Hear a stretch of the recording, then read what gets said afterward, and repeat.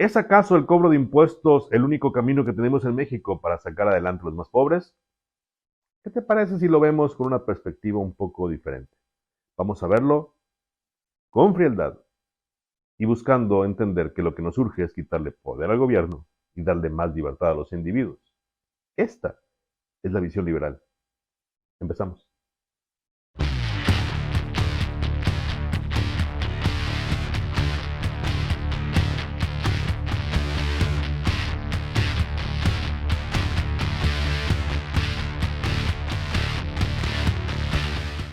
Cuando hablamos de los principales problemas de México, seguramente has escuchado hablar de que la desigualdad es uno de los principales conflictos que tenemos en este país. La desigualdad suele ser la culpable de una serie de problemáticas sociales como, no sé, la violencia, incluso mezclamos un poco el tema de la desigualdad con problemas de género. La desigualdad parece ser el diablo del sistema mexicano y cada vez que alguien habla de cómo combatir la desigualdad terminan proponiendo las mismas cosas.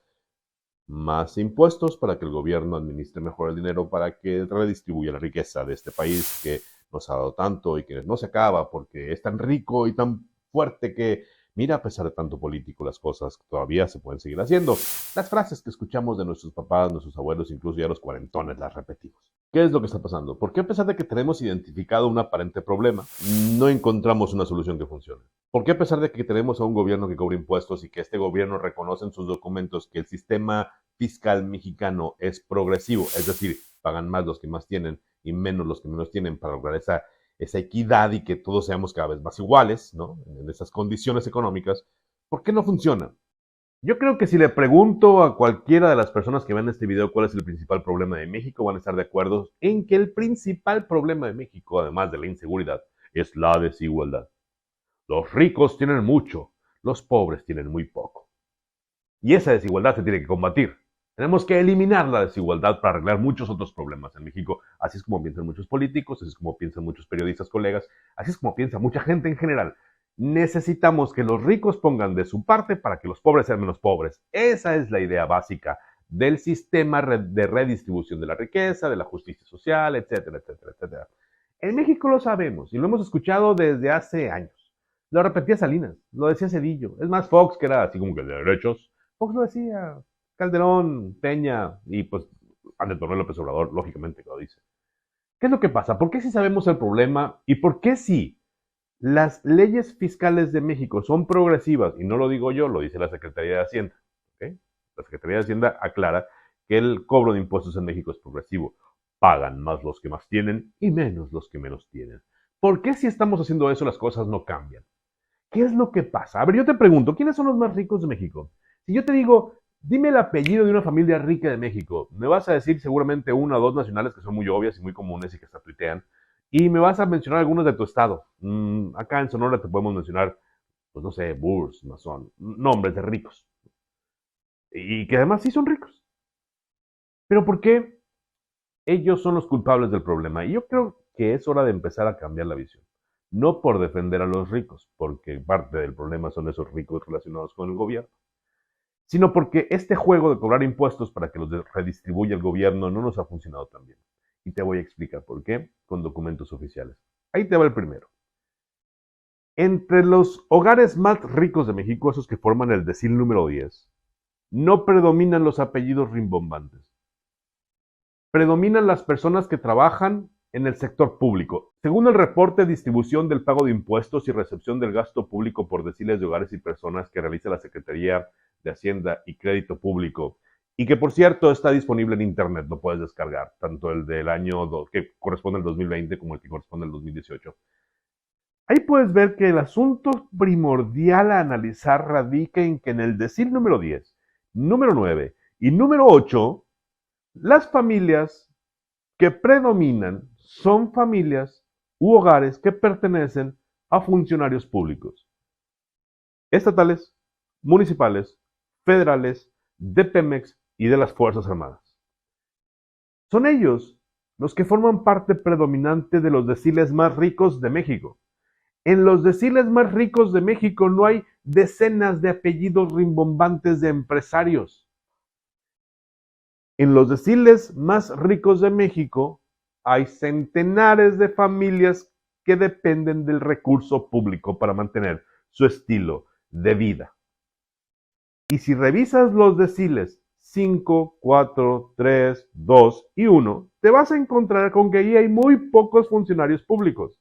Es decir, la mayoría de los funcionarios públicos de los 3 niveles de gobierno y de cuánto órgano desconcentrado conoces, pertenecen a los deciles 5, 6, 7, 8, 9 y 10, incluso 6, 7, 8, 9 y 10.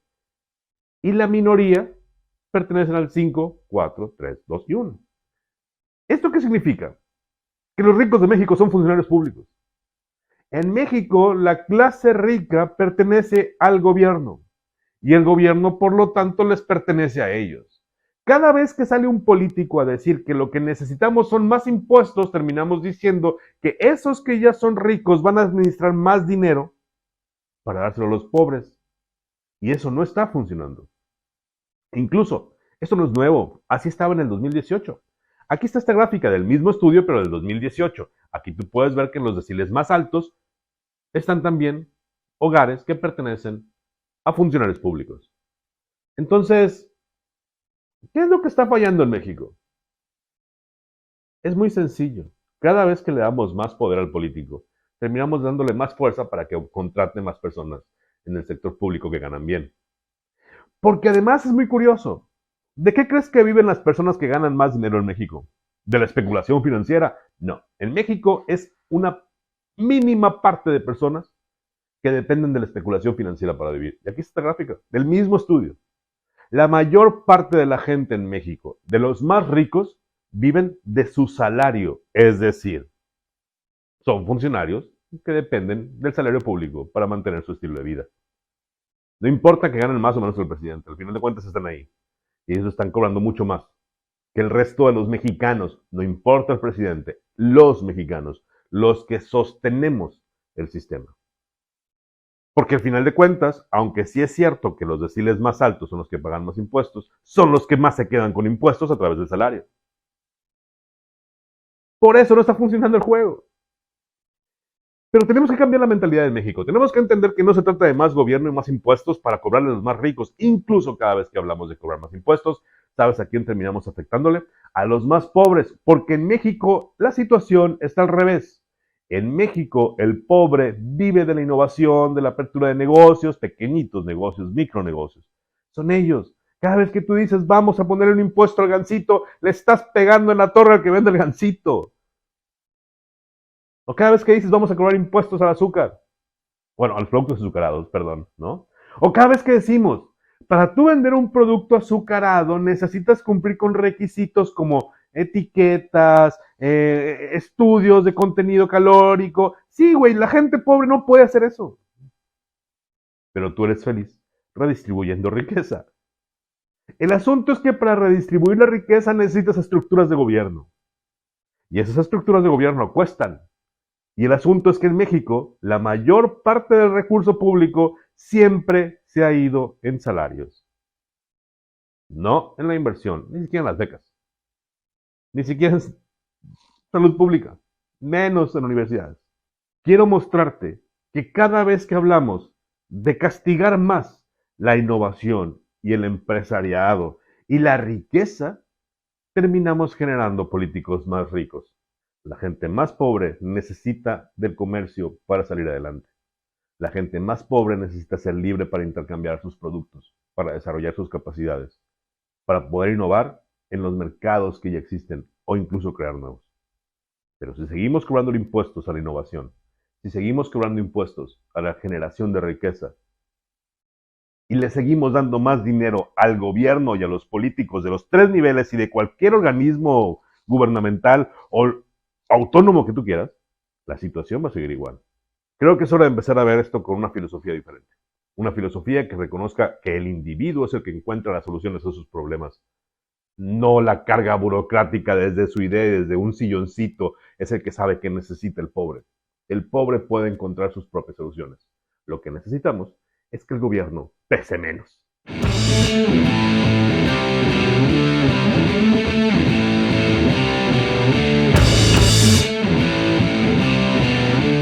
Espero que te guste este contenido, espero que te guste este primer video Y ojalá que me ayudes con un like y que te suscribas. La idea es poder compartir más datos como estos para poder encontrar, al menos analizar desde otra perspectiva, qué es lo que pasa en nuestro país. Recuerda, dame like, suscríbete, comparte el video. Me ayudas mucho y así podemos generar más información con otros puntos de vista. Es hora de exponer que la lucha de clases es la lucha contra el poder, no contra el rico.